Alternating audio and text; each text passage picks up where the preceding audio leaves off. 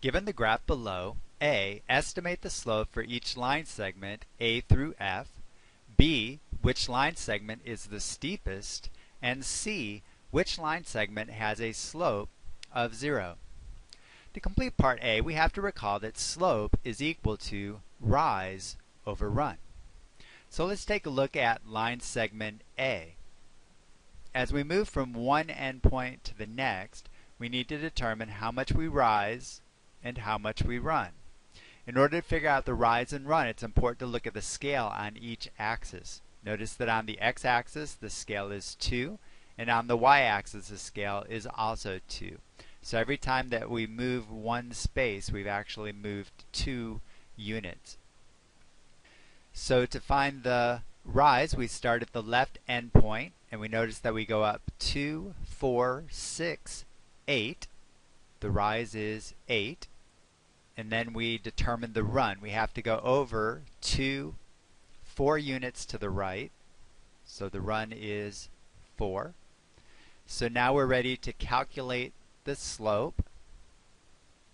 The slope is the rise 8 divided by the run 4, and 8 over 4 reduces to 2. Notice that we got a positive number and that line segment A is increasing. So if a line segment is increasing, then your expectation is that you'll end up with a positive slope. On the other hand, line segment B is decreasing, and we notice that as we go from one point to the next, this time we're not rising, we're falling, so the rise is actually a fall. We're going down 2, 4, 6, 8, 10.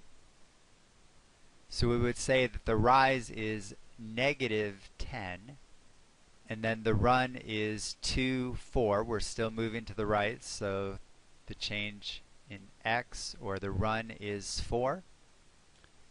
So now we're ready to calculate the slope. We take the rise, which is negative 10, divide by the run, which is 4, and then reduce to lowest terms. That's negative 5 divided by 2.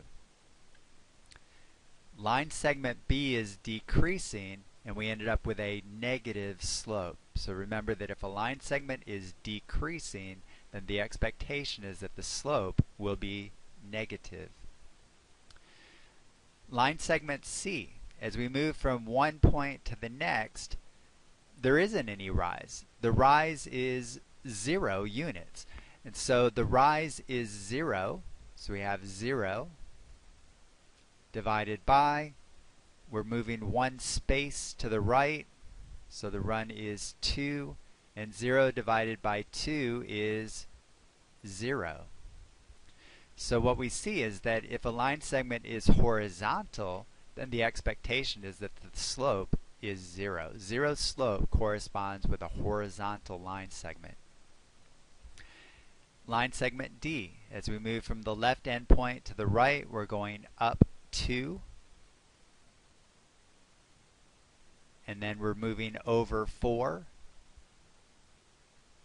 2 over 4 reduces to 1/2.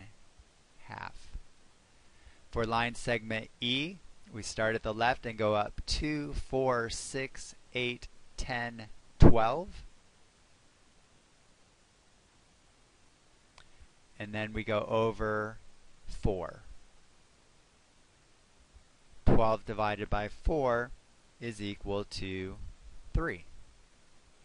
And then finally for F, we start at the left, we need to go down, so we're going down 2, 4, 6, 8, 10, 12, 14, 16, 18, 20, 22.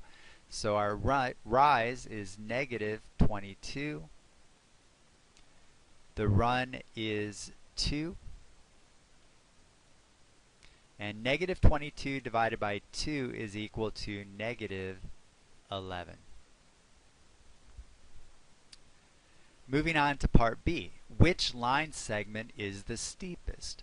Well, visually we can see that line segment F is the steepest. But interestingly enough, the slope is not the largest. Actually, the slope is the smallest, but it does have the largest absolute value. If you want to determine the steepness of a line segment, look at the absolute value of the slope. The absolute value of negative 11 is the largest of all these numbers, and so the steepest line segment is segment F. And which line segment has a slope of 0? Well, we determined that line segment C has a slope of 0.